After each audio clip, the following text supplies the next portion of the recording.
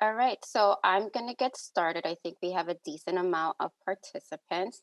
So, welcome and hello. You are joining the CANS New York Lunch and Learn, specifically working with Action Levels webinar series. So, this Lunch and Learn is really designed for care managers and supervisors who are really looking to improve their skills for accurately completing the CANs. So, the webinar is going to be specifically geared to really rating two different practices, one using the action levels for needs items and one using the action levels for strength. So, we're going to go over the needs first and then the strength, and then we're going to use a vignette for each one of those ratings. So, some introduction. So, most of you I'm familiar with, and those who do not know me, my name is Cynthia. I am a training manager at CCF, which is a children's health home. In addition to my role at CCF, I'm also one of 4 regional leads for the CANS New York Technical Assistance Institute. And basically, what that means is that I provide coaching support, technical assistance, and really guiding and helping and supporting care managers and supervisors to really take this tool and really apply it into practice with your own children and families that you are serving. I have about 6 years or so, I would say, in working with the CANs. I started this back when I used to work at ACS in a foster care agency, and there I was a super user. So I kind of had the same um, role there where I would really help and train other folks and really understanding the tool and knowing what the purpose is and communicating it with the families so that way it can guide for decision support for the families that they serve. So a little bit about the tech issues. We've noticed that some folks already had, some technical issues, and that's perfectly fine. It's not required for you guys to be on camera, though I would love it personally, because doing these trainings virtually can sometimes be like a blank slate right here. And it's like, I would like to see you guys interact with you guys, but we do understand that not everyone has video capacity. So if you just chat or unmute yourself, that would actually make this experience worthwhile. So some things to go over as far as some learning objectives. So we're going to define needs and strengths and the connection to action. We're going to be identifying challenges in working with both the needs and the strengths action levels, explore the prioritization of action and circumstances. And then lastly, we want to be able to explore when it's appropriate to really override the anchor language and the reference guide. So before I get started into this webinar series, I really want to hear from you guys as to why did you sign up for this particular webinar and what do you hope to get out of it?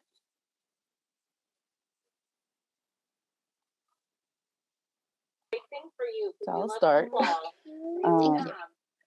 Basically, I just want to continue to refresh my skills on CANs and just see what I can continue learning. I've already taken this webinar with you, Cynthia, but I feel like anytime, the more that we can repeat the same webinar, you actually attain different information. So that is my goal, to see what else I can pick up. Great, thank you. Appreciate that. Andrea, I don't know if you're speaking, but you are muted. Yeah, no, I was trying to adjust everything. I actually just want to really just if because when I've been in the field since 2003, and just we have a certain mindset, I think, and it's about just really figuring out am I thinking, how should I be thinking, or should I rewire or think differently in order to get a certain outcome on the test, or even just period. Yeah, and that happens sometimes, right? Because the strengths and the action levels are rated differently and they use for different purposes when it comes to like decision support and really helping the families, navigate, their own strengths and needs as well. So I hope to be able to give you some of that. And also, I would tell you guys, feel free to interrupt me, ask questions. This is really designed to really support you and support the families that you serve. So, anyone else would like to share as to why they signed up for this particular Lunch and Learn? Hi, this is Christina. Can you hear me? Yes, I can. Hi. Hi there.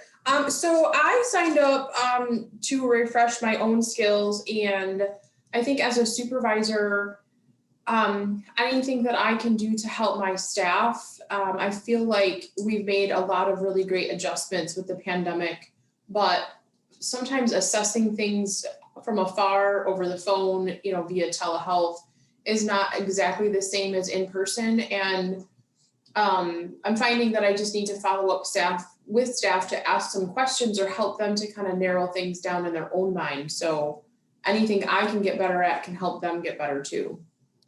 Yeah, and that's great, right? Because ideally is that we always want to be able to improve skills or polish skills is what I'm hearing from you guys. And when care managers are just doing this work and they were just getting familiar with doing it in person or going to visit people's house, and now it's like that transition on how do you do it remotely, how do you accurately be able to rate and assess a family when it's a Zoom, when it's a phone call and all that. So there's other trainings, and I would actually recommend, Christina, to join or have your staff be part of the building engagement, which really talks about how do you engage families, not only on a live way, right, but on a webinar based way, and how do you ask questions and how does it lead you to certain answers. So I think that can be another support that either you can sign up or tell your staff about too. But thank you all. So I'm going to get started. If there's nothing else that you guys would like to share as to the why, you can chat it in later. So the first thing I want to talk about is these key principles, the 6 key principles. So I'm sure that we all have seen this. We're very familiar with this as part of our introductory/general training for webinar 1. So I just want to put it here as a reminder that the action levels really relate to thinking about the plan of care. The needs and the strengths within the cans are all really relevant to planning, which communicates action, which is what we see here on our first principle. So the purposes for this particular training, we're really just going to be focusing on the first and the second principle. So the first principle tells us that items are selected because they are relevant to service and case planning. And then the second principle tells us that each item uses a 4-item rating scale that translates into action. So it's not about summing up of the ratings. All the items on the cans are really rated in terms of action. And since they're rated in terms of action, every rating has an immediate meaning that is relevant into planning. As a reminder, and I say this quite often, that these ratings are not judgments. It's a reflection of that family and that child's story.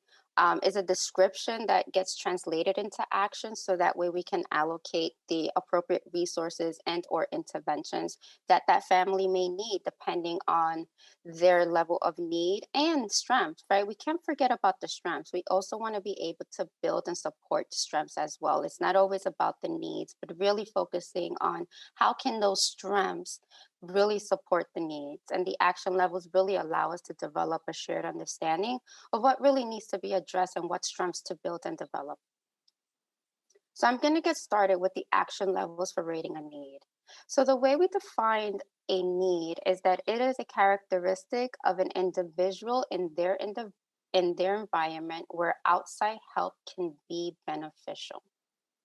Items rated a 0 or 1, it's no action or watchful waiting. So we can see here the 0 and the 1. The 0 description means that there's no evidence of a need, therefore there's no action that is needed. The 1 description is the history of a need, however, it's not interfering with functioning. And the action that you want to be able to take is preventive action or watchful waiting. Now, the 2 and the 3 is what really gets addressed into that plan of care. The 2 being that it is interfering with capacity to function or functioning, and the action you want to take is required. If we're rating a 3, it means that the need is dangerous or disabling, and the action we want to take is immediate action.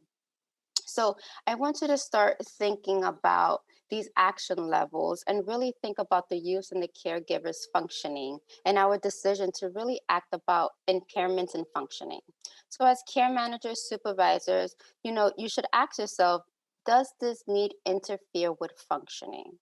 Right? So anytime we are assessing a family or a caregiver or a child, that's the first thing we like to ask, right? Is that need interfering with functioning? Kind of to help navigate through these action levels, the 0, the 1, the 2s, and the 3s. When rating specifically the caregiver domain, which is the first, section of the CANs, we really want you to remind you that it is really about the capacity to parent, right, and their functioning. And that when we're rating those 26 items, that we're really rating them on a need scale. So I know oftentimes people do get confused because it literally states caregiver strength and needs, but it's not trying to figure out what 26 of those items are a need and or a strength, right? It's really about rating all those 26 items on a need scale. So I want to have a little bit of examples and explain this a little bit further. So I want you guys to think, and I'm going to use the example of the mental health item in the caregiver section. And again, we're using this needs action level rating scale. So let's say that you're working with a mom who is struggling with clinical depression and sometimes struggles to get her daughter off to school and to her weekly therapy appointments on time. Do you think it's interfering with the caregiver's capacity to parent? Yes or no? Yes. Okay. So we want to determine the action level that would apply, right? We already asked ourselves, is that need interfering with the capacity to parent, right? We are saying yes. So if we're saying yes, we want to now think about the action levels, right? What would be the appropriate action levels? Is it actionable, meaning that action is required, or is it dangerous or disabling, meaning that immediate action is required? And again, when we are rating for action on certain items, such as a mental health items, I want to remind you that you personally are not going to be working on this by yourself, right?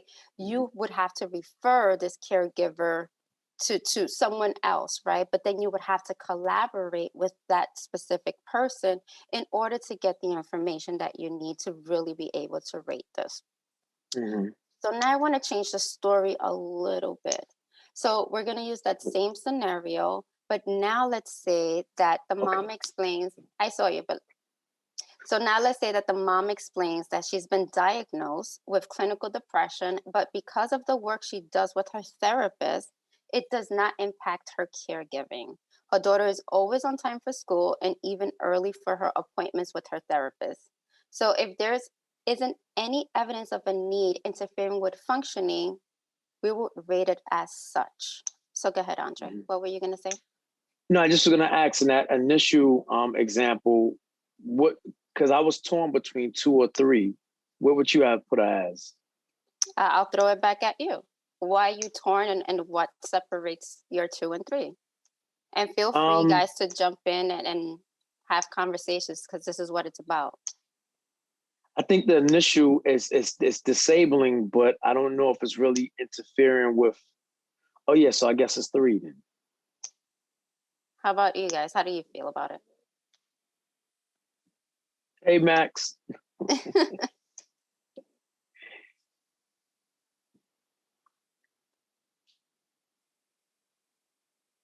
I think Max is trying to unmute himself. There you go. Yeah, the button wouldn't respond. So I would want to know more in this case. I would want to know, if this is a mom not getting up or getting her kid to school once a month, that's one issue. If it's 3 times a week, that's another issue completely and speaks to a higher level of need. So, I would just want to know more before I would say a 2 or a 3. Yeah, some people would like to find out more information, right?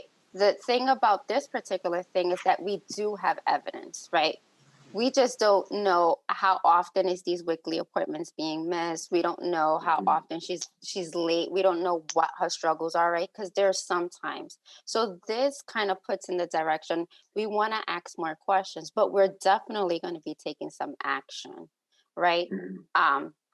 So it would definitely hit between the 2 and the 3, depending on the questioning process that you guys also use as well, right? The important thing is that we know that it's interfering with functioning, and we are going to be doing something to address that for mom, which is the important part.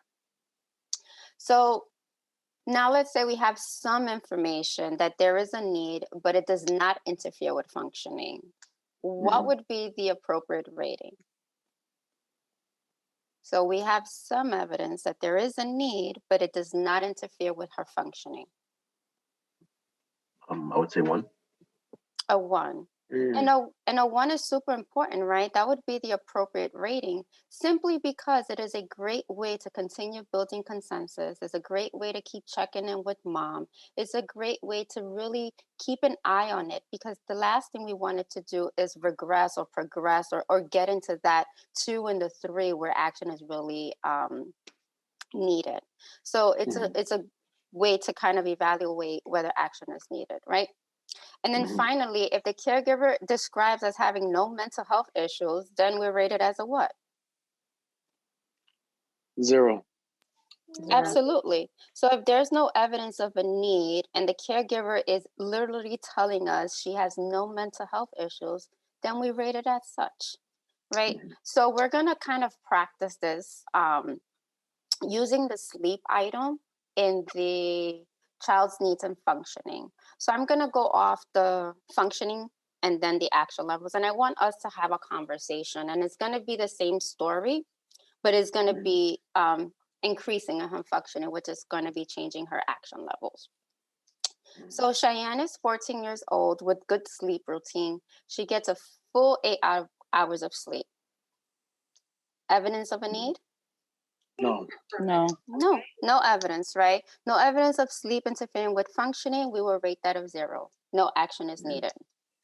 Now, Cheyenne is 14 years old and loves watching horror movies.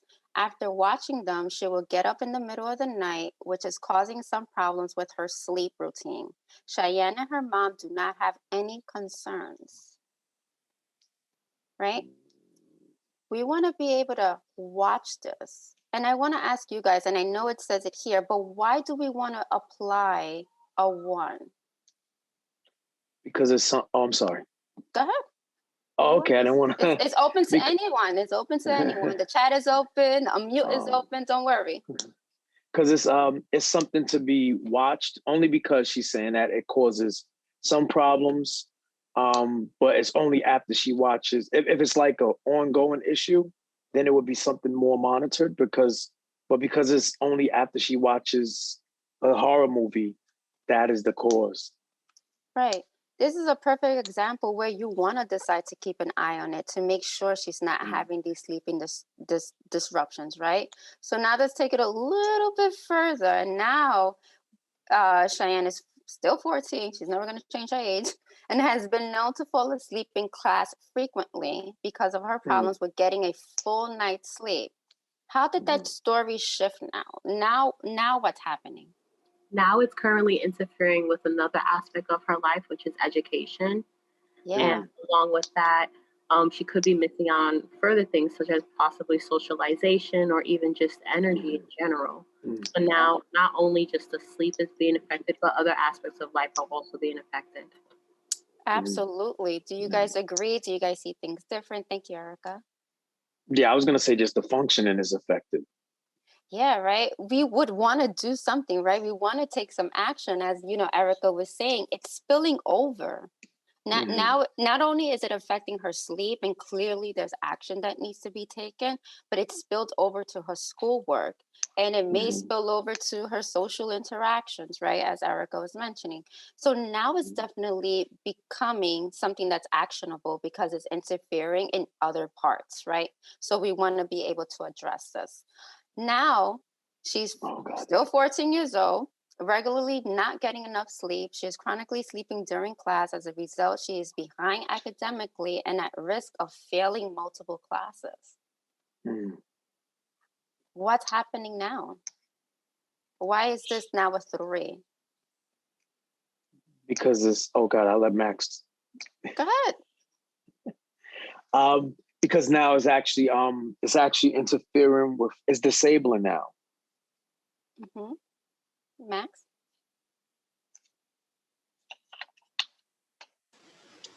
I would agree with that. You know, it's a severe disruption of at least one life domain, as it says. So, you know, it's she can't lead a normal life. It needs immediate action.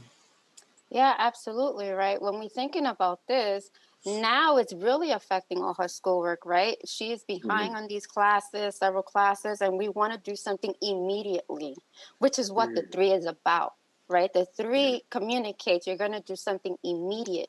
Even though the 2 and the 3 are actionables when it comes to a need, the 3 means you need to do something right now, right? So it communicates that we want to take action and intense action to make sure that, you know, it's being addressed and not spilling over into anything else. So I'm sure you guys are well, I don't know what happened to my screen. So Mac's screen was not working with unmute and mine is not working with changing. So I'm sure you guys are familiar with this little flow chart, right? That really breaks down the process for selecting action levels. So I want to be able to take a closer look and really breaking down the different pathways, because visually sometimes it's easier than just seeing it like this. So the questions you guys always want to ask yourself when assessing for needs is really about, is there evidence, suspicion, or history of a need in this area? If your pathway is no, we're rating it a 0, right? No action required, no evidence of a need. Okay. Now, the 2 different pathways, no or yes, but this time we see that there's evidence, suspicion, or history of a need in this area. The next question you guys would like to ask yourself is there clear evidence that the need is now interfering with functioning, right? It's a difference between there's evidence of suspicions and history versus now is there clear evidence that is now interfering with functioning? Because we know once things are interfering with functioning, we are taking, is this the strength side? Oh yeah. I don't know why it says strengths on the top. That's a typo.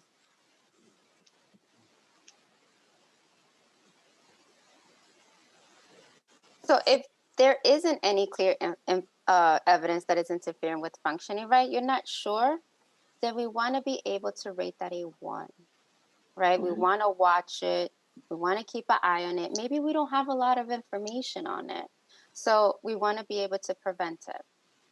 And then, of course, we want to take action with the 2 and the 3. So now it comes to this about action overrides anchor. And this is really important to understand. And can you guys hear me? Okay, it's really important to understand. And this is just one example. So here is from the caregiver section, which is the partner relationship. So every item on the cans is going to have an item definition. It's going to have the rating scale 0, 1, 2, 3, as well as these anchor descriptions. And then we just put these action levels down here to kind of remind you what action would need to be taken. Now, I will say that this is not a one size fits all. None of our children fit every bucket that is described in an anchor description for a 3, for a 2, for a 1, or for a 0. This is really just a way to kind of guide you as to what a 0 may look like, what a 1 may look like, I don't know what is happening, what a 2 may look like, what a 3 may look like, right? It's not meant to tie your hands. And oftentimes I hear, well, she looks like she's in between a 2.5. She has a little bit of the 2 and she has a little bit of the 3. And I'm seeing a lot of laughter, but let's have a conversation. What happens when we're there? What's happening? What's going through your minds when you're like, you don't fit the 2 or the 3. It's like a 2.5 and I don't have a 2.5. So let's hear your thoughts about it. For me, it's when I get to that point, it's about just I guess it's like giving somebody the benefit of the doubt and not putting them on one extreme, you know. So it's like it could be I don't know. I just feel like sometimes you're in the middle, and you don't want to give them the worst case scenario or the best case scenario if it calls for some type of observation to that specific area. Well, if it calls for observation, that's the one, right? If you're doing the 2.5, you're still on an actionable anchor, right? You're still going to take action. The question is, are you going to take immediate action because it's disabling? And I'll bring you back to that young lady with the sleep, right? When she got it spilling over to other life domains into her functioning, that is something you want to take immediate action for. So, despite what this anchor definition says, we want to think about the action levels we're really going to apply to that young person or that caregiver. Are we going to really take immediate action despite what this anchor definition says, right? Sometimes it's easier to ignore this anchor definition and really think about this flow chart, because at least this flow chart really breaks down the process for selecting action levels. And sometimes it's a lot easier and there's no guessing games, right? And the family is telling you their story, right? So you can even ask the family, how do you feel? How is this interfering with you? Right? It's okay to ask these questions to the families because at the end, it's really about assessing them and helping them navigate or help them navigate even their children's needs. Any questions on this? Sometimes it can get tricky because people tend to just really focus on these anchor descriptions and say, well, it doesn't fit my child. And ironically, it shouldn't fit every child. Every child is different. Every scenario is different. Every family is different, right? It's important to know what action you're going to take because this is really is what going to communicate the action levels for the family.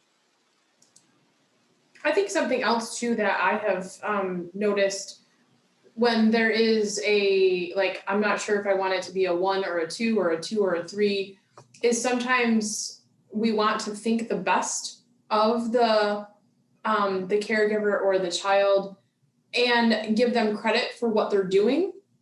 And for instance, I know sometimes my staff will say, well, things are starting to get better, but then I ask a question and I say, well, is that because of what they are doing, or is that because of the interventions that you're assisting and providing them? Because I think that people are responsive, but if we were to like disappear tomorrow, would they be able to maintain that level of functioning without it being disabling or something that was an immediate need? And so sometimes asking those questions can help refine like what is actually going on and what can the family do independently or what they can't do independently. Yeah, and you raise an excellent point, right? And we talk a lot about that masking principle, right? Is there masking? Is the intervention that's being provided really masking a need? And kind of just what you said, if we were to be removed, if the interventions or the services would be removed, would that child or would that family decompensate? And if your answer is yes, then we want to be able to rate the child and not the child in services, which is a big key principle to really understand. And sometimes, yes, care managers are like, well, they are improving because they are in these services, right? But then the next follow up question, as it seems like you do, Christina, is, well, say these services are not available tomorrow. Are they still able to function without them? And if they're saying no, then we want to be able to rate them as if these services did not exist. One of my classic examples, or my little funny example, is deodorant. Deodorant masks odor, right? If you were not to wear deodorant tomorrow, are you still going to smell, or did it resolve your need? So sometimes I put it in that perspective because we have to really understand that sometimes these interventions can resolve needs. We're not going to say that, interventions or services are going to be needed forever. But if we caution of not sure or knowing that the child or the family's functioning may be disrupted, then we want to be able to rate it as though that service was not in place. Does that help, or did that answer your question? No, that's exactly what I That's what it was sounded like thinking. you did. Mm-hmm. Yep, and I think the second piece that comes up sometimes in response to that is I think sometimes it's hard to reflect that back to the families because we don't want to discredit or minimize the efforts that they are putting forward. And so I usually try to make sure that they're really validated for what they are doing, and that it also gives sort of a natural segue to this is where we would like you to get to be, so that if the services did stop or you did graduate from what we were providing, you would then be able to maintain your success and your goals and your independence. And so sometimes I think it's putting it into perspective of what the big picture is, because sometimes these assessments, we get really locked in on the moment rather than thinking about what the whole picture is. Yeah, and I appreciate your reframe, right? Because sometimes, caregivers, children, or alike that are receiving these interventions need to feel some type of improvement, right? They need to feel empowered. And the way you're framing it, like, I want to continue helping you in the event, you're not in a health home tomorrow. I wanted to basically give you the tools in your toolbox for you to be able to continue this, even beyond, a care manager or care management agency. And I think that's important. And we always talk about transparency and honesty. And I think when we have that with the families, it's a lot easier for them to be less resistant or less judged when it comes to certain things. So that's an excellent point too. Cynthia, I have a kind of a related issue that comes up fairly often, and that's when there's conflicting evidence. I did a coaching session with a care manager yesterday who has an 11-year-old boy going back to a biological parent in about 3 months. And the story, most of the information for rating the bio dad, who the kid's going back to, comes from the foster mother, who doesn't really want to give the kid up and has kind of an antagonistic attitude toward the bio father. So they tell pretty different stories in terms of how to rate the bio dad. The DSS case manager kind of confirms what foster mom says, but there's some real doubts there on the case of DSS. Anyway, in general, how do you handle rating the bio dad, especially in this case, when there are conflicting stories? Oh, absolutely. I think when it comes to rating, and everyone's going to have different perspectives, right? And we kind of speak about that in webinar 1. Everyone's going to have different perspective. This is why it's important to collaborate together, right? And get everyone's full story, and kind of not have the division of, I'm having a conversation with you, then I'm having a conversation with you, then I'm having a conversation with anybody. But it's really about capturing a story that falls in the middle, right? That consensus building. So if dad is saying he's a 0 on something, sometimes we have to take their word for it, right? If foster mom is saying is a 3, then we want to have a conversation. We want to see what is the different conflicting stories, so that way we can return to that shared vision. Because it seems at the end of the day, this child's goal is to return to parent, and that's what is working towards. And it seems that foster mom has an attachment to them, and sometimes they can say certain things, or there are these allegations, but sometimes we have to follow those through to have those conversations, to be really able to assess the family and for what they're worth. Because honestly, no one is going to ever say I am a bad parent, right? So it's about asking the questions, and really building up, and even asking, if the child is returned to you, or when the child is returned to you, what services do you think you would need, or what services can support you? And I think that can give you a better outlook as to what they may be struggling in, and really start then having a conversation. Oh, I see you want this. So does that mean that, sometimes you find it difficult to do depending on what item you're rating, right?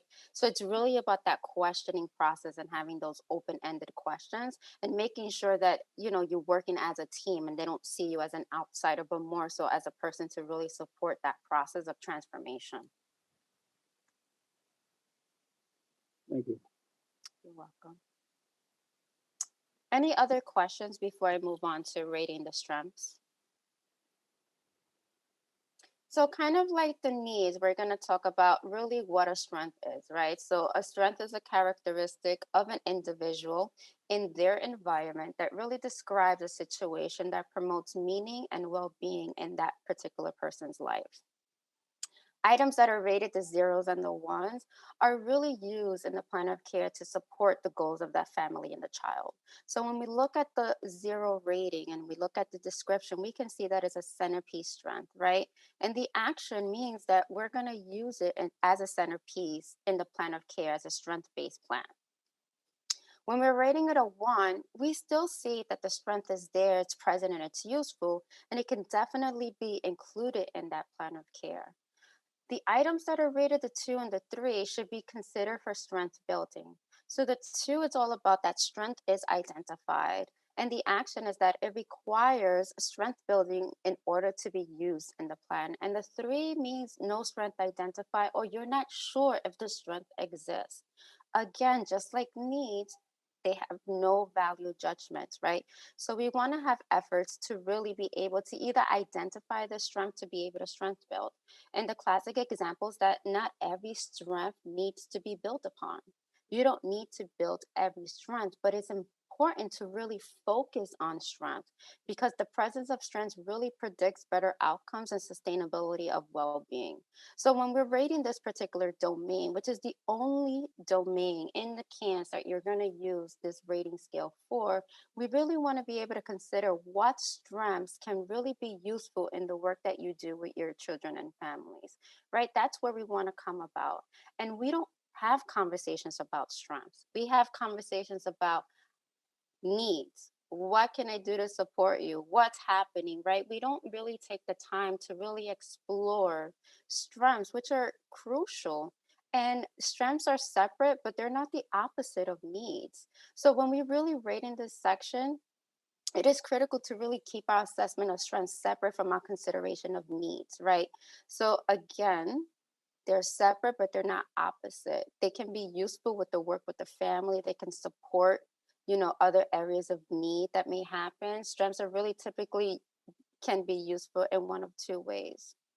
So I would also say that, there are some protective factors, right, that really promote healthy development. So when a youth faces challenges or adversities, the fact that they have any type of internal or environmental stress, that can really minimize the impact on those challenges. Think about ourselves. When we are faced with, challenges or adversity, we are going to tap into our strengths, right? To really support some of those things, whether it's anxiety, whether it's anything that you can think of that you are going to tap into your strength. It's the same thing that can really support a young person. And another thing about strength, it can be really useful when addressing the areas of need. Efforts to really address of the need can really be supported by those internal environmental strengths. Any questions on this? And I want to give you some examples, or actually, when we're thinking about a 2, so say you have a young person and you're in between the 2 and the 3, because we're going to do an example. You're in between the 2 and the 3. What looks different between those 2?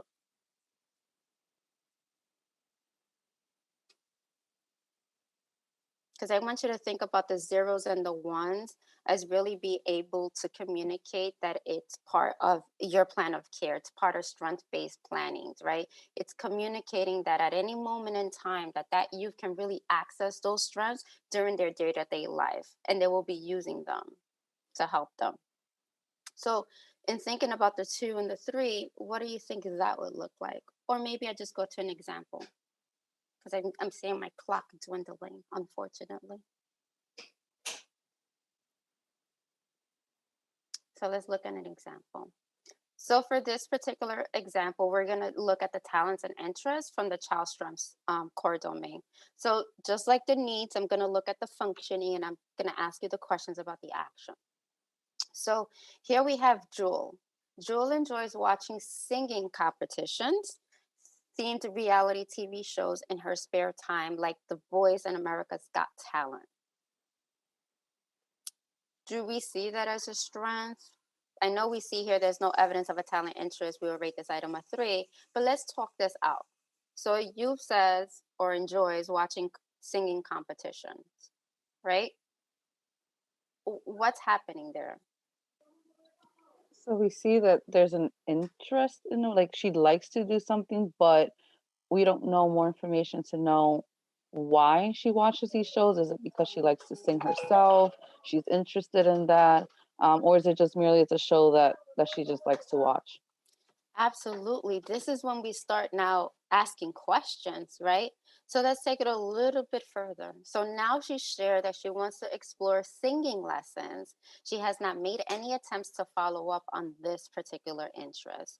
What's happening here now with her Now she's functioning? actually voiced her interest in singing, and the fact that she has not made any attempts, but she has stated that she wants to explore, lets us know that that's something we can build upon and try to inquire about how we can use this possibly to build up any kind of self-esteem or increase her activities in extracurricular and her interest in extracurricular activities, or even just so building upon using it as a social aspect. She can meet friends while she's there. So this can open up the doors for many different goals.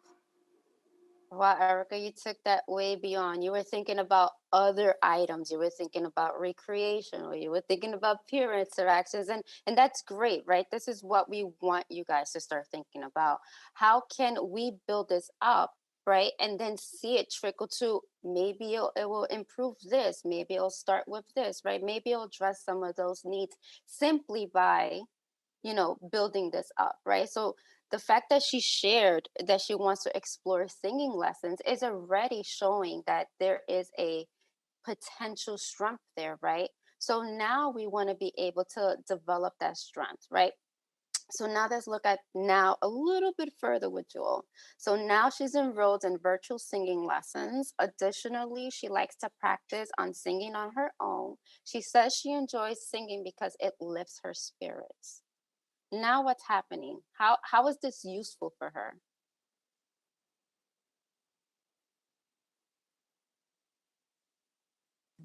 It makes her feel better or good about herself. Yeah, it lifts her spirits, right? Maybe she can draw upon this talent and this interest, when she is facing some challenges, right? Maybe she can internalize certain things because we can use this in the plan of care, right? We can definitely use this to support her in any areas of need that she may have. So now let's look at it a little differently. So now Jewel loves to sing and is the lead singer in her school choir. She has most of her friends through the choir community. She reports that this talent brings her pleasure and positive attention from peers and adults. She is currently pursuing scholarship based upon her vocal talent. That took a nice shift, right? So what's happening here? This is definitely a centerpiece strength, right? Now things are seeming to build upon that one small aspect in which it's now addressing other aspects of her life. She's able to get a scholarship, so now we're talking about education.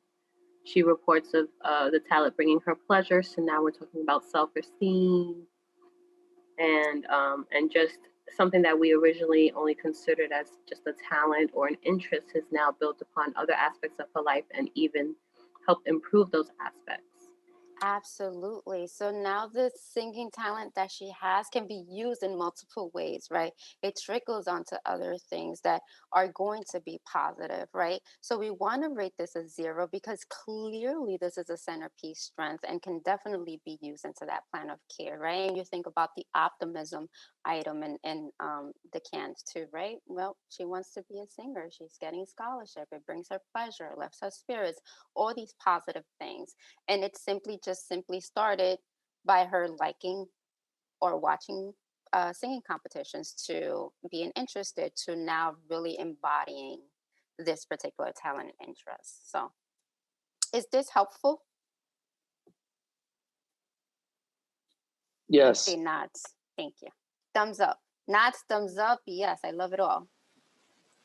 So much like we saw the assessing for needs, this is a different flow chart, and it's about for strength.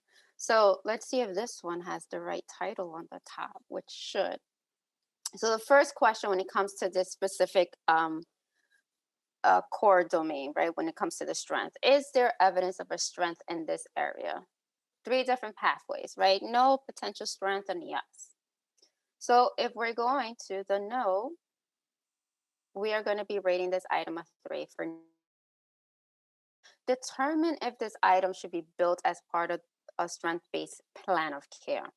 Again, not every strength that's listed in the child strengths need to be built upon. Sometimes there probably could be 3 throughout their whole, health home experience, right? They don't want to build religious, spiritual. They want to keep that a 3. That is fine. That is communicating that child's story, that family story. They may not want to build their cultural identity. That is fine. So there may be certain items in the cans that may not change, and it's simply capturing their story. So again, not every strength there needs to be built, but it's important to have the conversations to make sure. So when we're thinking about potential strengths, right, those are the 2s.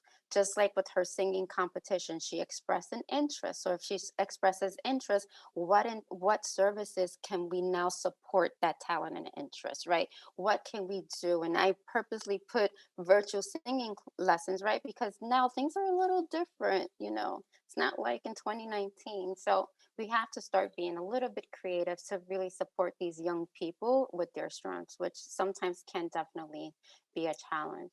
So when we're thinking about the yes, right, we're asking that question: is there evidence of a strength in this area? Yes. Is the strength will be used in planning? So just like a need, when we ask the second question, we want to ask this follow-up question: is this a strength that would be used in planning? We want to rate it a 1 because it's useful and it's there and it's present. The difference between the 1 and the 0 is that the 1 could be that it needs some tweaking. It needs some exploring to do. Needs to have a little bit more conversation. But they both can be used into the plan of care. And then the 1, of course, is the centerpiece. So now let's kind of compare and contrast the strengths action levels and the need action levels. So we know that the strength action levels are inverted and they do work differently and they use different language, but to make decision and to communicate. So if we look this side right here, it's the needs, and this side is the strength. We can see that the zeros are in green. One explores no evidence of a need, while the other one explores well-developed centerpiece strength. Then we have this yellowish color, history of a need, a possible need, or strength is useful. And then the orange in color, need interferes with functioning, strength is potentially useful. And then the 3, need is dangerous or disabling, or it's currently not a strength. What similarities do you see here or differences? What is similar? 0 is good and 3 is bad. Yes, the 0 and the 1s, I would say, communicate better news, no matter if it's a need or a strength. They communicate better news than the 2s and the 3s. The way we take action is going to be different, right? The way we take action with a need is because we understand that it's interfering with functioning or the ability to parent or the capacity to parent, I should say. Whereas the twos and the threes, we really want to explore these strengths. We want to see if there's a strength available. And when we're rating the strengths, we really want to rate what's there. And we do not want to overrate a strength. And doing so can be a disservice to that child, right? We want to have these conversations because, again, it's going to be communicating. If you're putting a 0 and a 1, that is going to support them. They can draw from that can support their well-being, right? It's all about being transformational. It's important to really work in collaboration with the family, with the child, and even other stakeholders, right? And really have this emphasis on transparency and honesty with the families that we serve. It's about really educating them on this power of strength, because I'm sure when we have conversations with families, they're quick to say, my child is doing this, my child is doing that, my child is doing this, help me with this, I need this, right? And it's about shifting and letting them know and educating them how powerful strengths can be. So your twos and threes are going to always be actionable. The action just looks a little bit different for each one. Do you guys have any questions? Was I able to answer your questions from earlier in the hour, where what do you want to get out of this and why do you signed up and what you hope to get out of it? Did I successfully do that? Yes, you did, Cynthia. Thank I, you. I actually have a comment based on what you kind of just said. I think also it's important to listen to the language that the parent is using. You definitely give examples of the parent will say, I need help with this, or my child does this great. And to me, help means equals there's a need, because you're asking for help, meaning that there's something that that child needs. So that I think if we listen to those certain words and verbiage that the parent or the member themselves do, that also helps us lead us into what action levels we have to rate them in the cans. Yeah, absolutely, right? It's all about that active listening, right? Being able to ask an open-ended questions and having them, be that speaker while you are that listener, and being able to reflect back, is this what I'm hearing? Is this what you said? Is this what you mean? Right? That way, that caregiver or whomever you're speaking to, it's really knowing that you are paying attention, you are listening, either you're troubleshooting or you're just letting them vent, right? It can be either or they're really asking for help in a way that sounds different and it's not directly letting you know, I need help, right? So yes, it's definitely important to really pay attention to the way they speak, to the way they communicate, to the way they ask for help or don't ask for help. Absolutely, that's an excellent point. Any other ideas, suggestions, or questions about it? Um, We have just a couple of minutes left, and I have to go right at one. But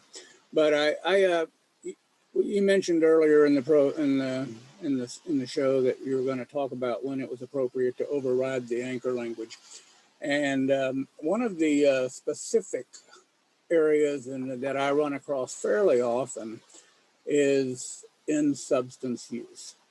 It seems like I'll really want to put something there that indicates a history and of drug use and perhaps a suspicion of ongoing drug use.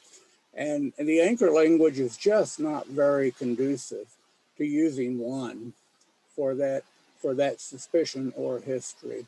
And maybe that's more specific than we want to get here, but in other areas I run across it too, and I'd just like to hear what you have to say. No, I think that's excellent, right? Sometimes those anchor definitions really don't help, right? But if you're rating on the side of caution and suspicion, there's nothing wrong with suspicion, right? Rate it a 1 despite that anchor definitions, right? And then have that family or have them gradually let you know their story as it comes, as they want to tell it during their time. However, there's nothing wrong with rating on the side of caution or suspicion. That's perfectly fine, right? Because that is also communicating to you that next time you do an assessment, maybe I'll ask a the question differently. Maybe I'll look at it differently. Maybe something happened that would allow me to rate this, because the last thing we want to do is rate it a 2 and a 3 and then give a referral and say, well, you're going to have substance abuse treatment now, right? That is more of a shocker and more of a reflection of a story they didn't share with you, right? So rating on the caution of suspicion is perfectly fine. That's helpful. Thank you.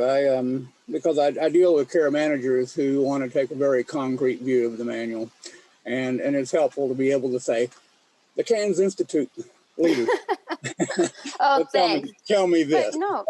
So I can blame you, and that makes my life easier. Thank you. Oh man, thanks for that. Now I'm just gonna not answer no more questions. I just want to say thank you, Cynthia, and to everybody that actually spoke and shared their wisdom. Because even just looking at it from a different perspective, it just helps and makes things a little bit broader when determining an acuity level. Yeah, absolutely. It lends a different lens. That's an oxymoron. It lends a different lens, and this is why I wanted to have these conversations. And I always ask you guys to unmute yourself, because we can all learn from each other, right? We all have different experiences. We all do the cans differently. We all have different family. We accept different things. So I think it's important to be able to share that. So thank you. So before we go, we have 1 more minute left. So here is the Institute contact information. Most of you already have it. If you do not have it, then you can just go to our website, specifically under regional, and then it would definitely be there. And before I let you